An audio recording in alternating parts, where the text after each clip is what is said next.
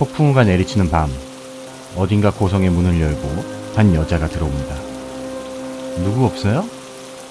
여성은 비에 젖은 두건을 젖히고 어둑어둑한 이 공간에서 인기척을 찾기 시작합니다. 비가 너무 많이 와서 실내인 줄은 알지만 잠시 비를 피하기 위해 무언가 이상함을 느낀 여성은 주변을 경계하며 한 방의 문을 엽니다. 저기 아무도 없나요? 방 안이 어두워 아무것도 보이지 않아 그녀는 눈살을 찌푸립니다. 뒤에서 다시 한번 번개가 치고 반쯤 열린 관이 눈에 들어옵니다. 오, 이런. 여성은 깜짝 놀라 주저앉아 입을 막습니다. 이곳에 들어와선 안 됐습니다. 여성이 문 밖으로 뒷걸음질을 치다가 등에 무언가 부딪힌 느낌을 받습니다. 망토를 두른 남자의 검은 실루엣. 다시 번개가 치고 그는 그녀를 붙잡고 송곳니를 보입니다.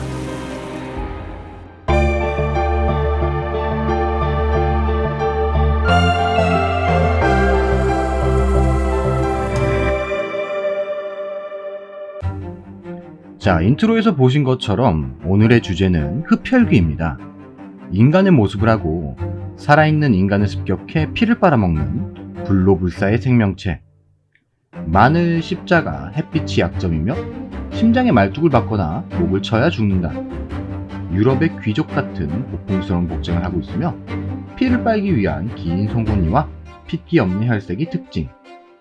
주로 이성의 피를 빨기 위해 매혹적인 외형을 가지고 있다. 우리가 알고 있는 흡혈귀의 특징이죠. 헌데 초창기의 흡혈귀는요, 우리가 생각하는 모습이랑 많이 달라요. 지금의 모습이 정착되기 전 피를 주식으로 하는 흡혈귀에 대한 묘사는 전 세계적으로 많이 있지만 그 중에서도 우리가 아는 뱀파이어의 원류가 된 설화는요, 동유럽 쪽의 설화입니다.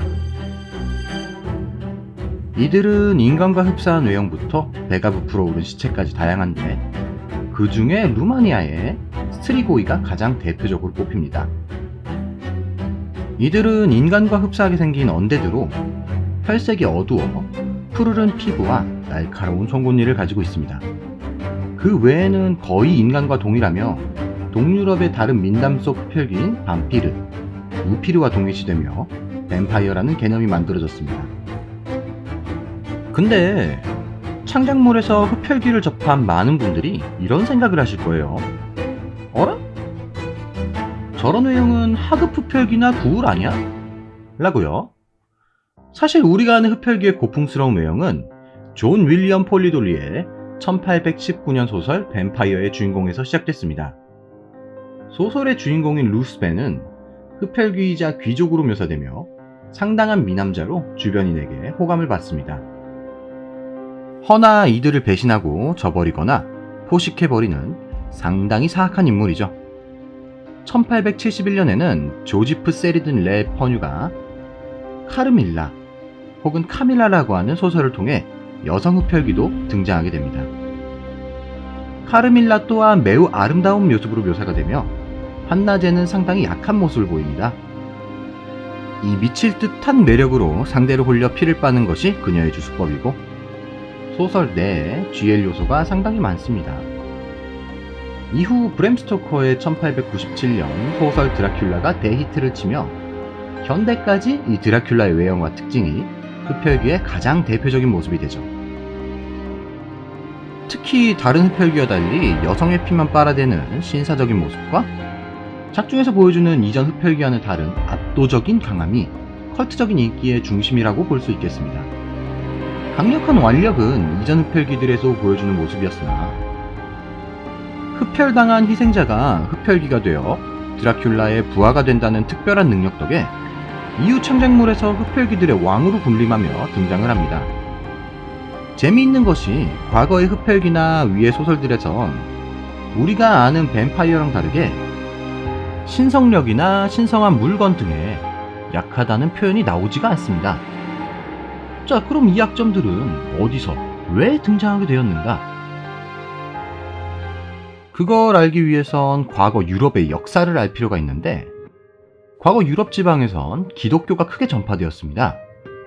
유일신 하느님을 섬기는 종교인 기독교는 불경한 존재인 민담이나 설화 속 존재들이 신자들을 공포에 몰아넣는 것을 원치 않았습니다.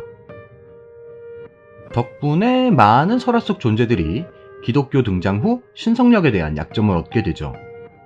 특히 이 특징은 언데드에게 강력하게 발휘되는데, 성경 내에 신성한 부활자인 예수 외에 불경한 부활자를 인정할 수가 없었고, 이 때문에 언데드들에게 신성력이라는 약점을 부여하여 재전파를 합니다. 유대교의 경전인 구약 성경 레위기 17장 14절에서 너희는 어떠한 생물의 피도 먹지 마라. 피는 곧 생물의 생명이다. 그것을 먹은 사람은 결의 가운데서 추방하리라. 이 구절을 통해 흡혈귀를 간접적으로 언급했다 라고 하는 해석도 있습니다. 신성력이란 약점이 생기는 이유는 알게 됐는데, 그럼 다른 약점은 어떻게 생기게 된 걸까요? 민화나 설화에 의거한 생명체이기 때문에 이들의 약점에 대한 근거는 명확하진 않지만, 초창기 뱀파이어인 스트라고이의 외형과 이들의 특징에서 어느 정도 추론해 볼 수 있었습니다. 스트라고이는 마치 인간과 짐승을 섞어 놓은 외형인데, 이를 광견병에 감염된 인간의 특징과 비교를 한 내용이 있습니다. 날카로운 송곳니에 대해선 광견병에 감염된 인간들은 이를 드러내며 공격해 오는데, 이때 계속 드러난 이가 수분 부족으로 말려 올라가고 바이러스로 잇몸이 파괴되어서 이가 더 길어 보이는 현상을 보이게 되는 거죠. 강력한 완력도 바이러스로 이성이 마비된 인간이 날뛰며 자신의 한계까지 힘을 발휘하는 현상이고, 감염자는 감각이 극도로 예민해져 햇빛 등의 강한 빛이나 마늘, 양파 등의 강한 자극의 향신료도 기피하게 됩니다. 말뚝을 심장에 박거나 목을 쳐야 죽는 것은 솔직히 이러면 어떤 동물이든 죽습니다. 추론해 볼 수 있는 건 마구잡이로 날뛰는 광견병 환자의 경우 치명상이 아닌 이상 이를 무시하고 계속해서 공격해 오기 때문에 한 번에 사망에 이를 수 있게 하는 이 두 가지 방법이 흡혈귀의 약점으로 생각된 게 아닐까 싶습니다. 또 하나의 가설은 흡혈귀를 부활자로 표현하는 것에서 나온 것인데, 흡혈귀 전승의 발단지 중 하나인 루마니아 같은 추운 지방에선 시체의 부패 과정이 천천히 진행됩니다. 이로 인해 부패 과정에 대한 의학 지식이 모자랐던 당시 사람들은 시체가 살아있다고 생각하게 된 것이라는 주장입니다.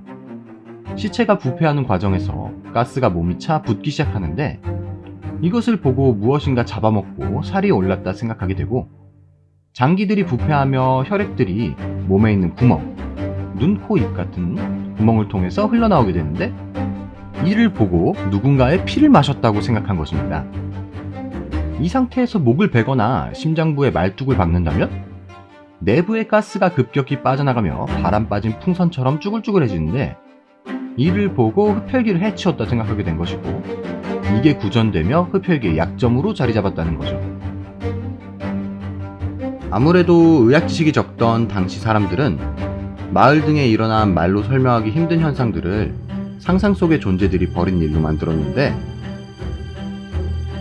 가축이나 사람이 짐승에게 습격당하거나 밝혀지지 않은 병으로 쓰러진 경우 흡혈귀의 일이라 생각하여 시체를 훼손시키거나, 혹은 이후 벌어진 마녀사냥과 같이 죄 없는 사람들, 희귀병을 앓아 외형이 특이한 사람들을 흡혈귀로 몰아 사냥하기도 했습니다. 현대사회로 들어오며 흡혈귀 또한 다양하게 해석되며 창작되었는데, 최고 인기 흡혈귀인 드라큘라만 해도 주인공으로 개봉한 영화가 16개 이상, 게임, 만화, 소설을 포함하면 더 많은 양의 작품들이 즐비하죠. 흡혈귀의 본질인 공포 장르 작품도 많지만, 현대에 재해석된 작품은 흡혈귀의 매혹적인 외형을 가진 것을 착안하여 다양한 로맨스 작품에서도 주인공의 자리를 차지하고 있고, 인간인 주인공과 종족을 뛰어넘는 로맨스를 벌입니다. 특히 블로불사라는 흡혈귀의 특징은 이들이 현대사회에 등장하는 것에 당위성을 부여해줬기 때문에 중세시대 외에도 다양한 현대 판타지, 로맨스 작품에서도 등장할 수 있게 되었습니다. 재미있는 것은 이런 로맨스 장르에서 뱀파이어가 큰 인기를 거두며 전설 속 이야기와 달리 선역으로 많이 그려지게 된 것이에요. 이로 인해 게임 속 흡혈귀 캐릭터가 주인공 혹은 동료가 돼서 세계를 지킨다거나 하는 시나리오도 많이 작성되고 있습니다. 흡혈귀 관련 창작물들은 숫자가 너무 많아서 일일이 소개해드리는 것은 조금 힘들고, 제가 좋아하는 것들만 몇 개 뽑아서 소개해드리자면, 코나미의 게임 악마성 드라큘라 시리즈의 드라큘라는 모든 흡혈귀의 정점에 있는 존재이며 많은 전설 속의 괴물, 유령들을 부하로 부릅니다. 이 중에는 무려 사신의 악마도 포함되고요. 압도적인 마술과 완력을 가지고 드라큘라 이름의 뜻인 용 형태의 괴수로 변신하는 모습도 보여주는 전형적인 흡혈귀 마왕의 모습을 보여줍니다. 만화 조조의 기묘한 모험에서는 고대 돌가면을 이용해 흡혈귀가 되는데, 이 돌가면에서 나오는 침이 사용자의 두뇌에 작용하여 흡혈귀로 만드는 겁니다. 이들은 전설 속 흡혈귀와 태양빛 외의 약점을 공유하지 않고 파문이라 불리우는 작중 주인공 측이 사용하는 무술에 약점이 생기게 됩니다. 거기에 엄청난 재생 능력이 생겨 파문과 태양빛 외의 공격에는 몸이 파괴되어도 순식간에 원상복귀되는 모습을 보여줍니다. 특히 작중 최고 악역인 디오는 1987년에 작품이 선보인 순간부터 지금까지 이 만화를 아는 사람들의 입에 오르내리고 있죠. 카카오 페이지의 웹툰 허니블러드에서는 신기를 가진 주인공과 흡혈귀의 로맨스를 그려냅니다. 작중의 남주인공 페테슈는 주인공과 계약해 주인공을 지키며 인간이 되고 싶어 하기에 흡혈을 최소화하며 힘을 보충하지 못해서 작중 다른 뱀파이어와 대결을 펼치게 될 때는 상당히 약한 모습을 보여줍니다. 두 주인공의 감정선이 잘 다뤄져 있고 미려한 그림체로 인해 연재 당시에는 열심히 챙겨봤습니다. 게임 토타로 워해머의 뱀파이어 카운트는 상당히 강력한 마법적 능력으로 언데드와 괴물들을 다루는 종족으로 나옵니다. 이들의 영토는 다른 종족들이 살기 힘들 정도로 오염되며 전투에서 쓰러진 적과 아군을 되살려 자신의 군세로 부리는 강령술도 사용하기 때문에 적으로 만난다면 한 차례 전투에서 승리한다 한들 강령술을 통해 금방 군세를 불려 다시 공격해오며, 이들의 영토에선 계속해서 체력이 소모되기 때문에 단기 결전을 요구하는 종족입니다. 이렇게 이번에는 흡혈귀에 대해 알아보았습니다. 매력적인 외형과 힘을 가진 언데드 흡혈귀. 개인적으로는 로맨스의 주인공보단 공포의 군주로서 등장하는 작품이 앞으로 더 늘었으면 좋겠네요. 영상 재미있게 보셨다면 좋아요와 구독 부탁드리고 저는 다음에도 재밌는 기획으로 다시 찾아오겠습니다.